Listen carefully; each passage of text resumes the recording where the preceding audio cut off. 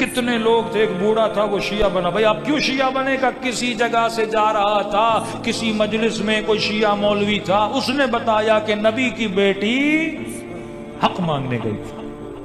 اب وہ تو نہیں سناتے نا اپنی مسجدوں میں، کوئی تاریخ کا چیپٹر نہیں ہے. منع ہے، باقاعدہ منع ہے کہ بھائی آپ تاریخ اسلام نہیں پڑھاؤ گے مسلمانوں کو. یعنی یہ کیسا ظلم ہے کہ مسلمان اپنی تاریخ نہیں پڑھ سکتا، یہ منع ہے. مشاجرات نہیں بتاؤ گے، تاریخ نہیں بتاؤ گے، تاریخ جھوٹی ہے، تاریخ ایسی ہے.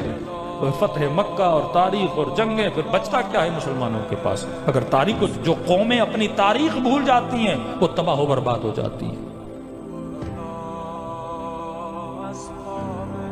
کہا کہ میں نے کسی شیعہ عالم سے سنا نبی کی بیٹی حق مانگنے گئی تھی. پہلی بار سنا، شوق لگا مجھے، کیا مطلب؟ اور کہہ رہا تھا گئی تھی پر خالی ہاتھ واپس آئی. کہ ذہنوں میں تو پہلے بٹھا دیا تھا یہ لوگ ہیں ہی جھوٹے،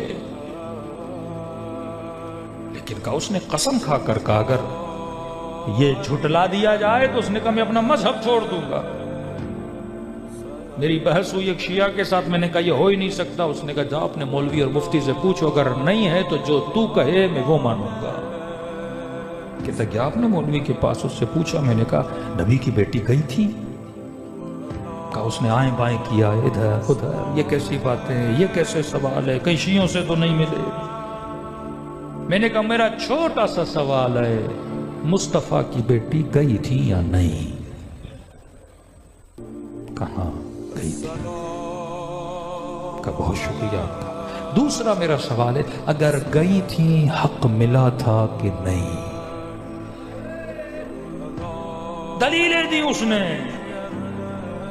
یہ قرآن کا مسئلہ کریں گے، میں دلیلیں نہیں سننے آیا. مجھے ایک سمپل سا کوشچن ہے، نبی کی بیٹی گئی، حق ملا تھا کہ نہیں؟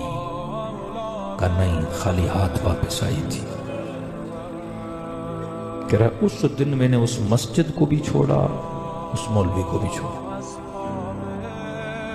بس ایک جملہ وہاں کہہ کے اٹھا. میں نے کہا مولوی صاحب نبی کی بیٹی نہیں، اگر اس کی اولاد میں سے کوئی سید زادی میرے پاس آئے، بھلے وہ اس کا نام بھی ہو، لیکن اگر بولے نا میرا ہے، قسم کھائے یہ میرا ہے، میں اسے خالی ہاتھ نہیں لوٹاؤں گا. مجھے سمجھ نہیں آتی نبی کی بیٹی کو خالی ہاتھ کیسے لوٹائے. یہ وہ مجلس ہے جو آپ مجلس مذاق مت سمجھیے.